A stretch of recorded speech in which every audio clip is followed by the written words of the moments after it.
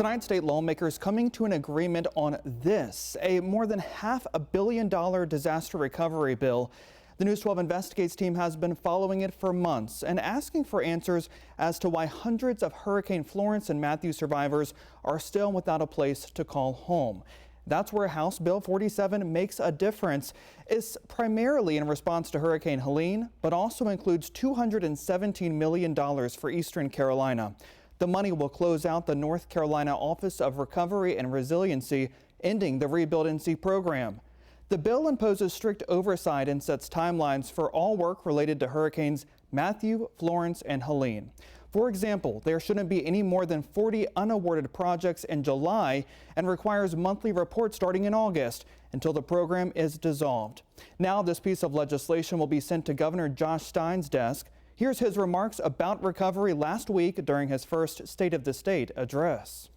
They need us to do our jobs, so let's do it. Let's pass that bill, and when you do, I am ready to sign it. Rest assured, we will not repeat the mistakes of the Cooper administration's failed response to Hurricanes Florence and Matthew. Almost a decade later, thousands of people in eastern North Carolina are still being forced to live in hotels. That is completely unacceptable. And that was House Speaker Destin Hall following up there. A Rebuild NC representative says more than 3,300 cases are now closed, but nearly 1,000 families are still in the process. About half are in construction, the other half going through the contract and bid work. I sat down with Senator Bob Brinson about the lasting impacts on Rebuild NC in Eastern Carolina.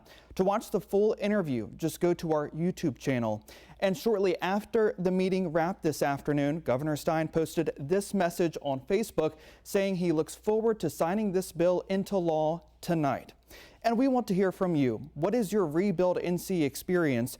You can share it with us by scanning this QR code here on your screen or clicking on this story in the News 12 Investigates section on our website.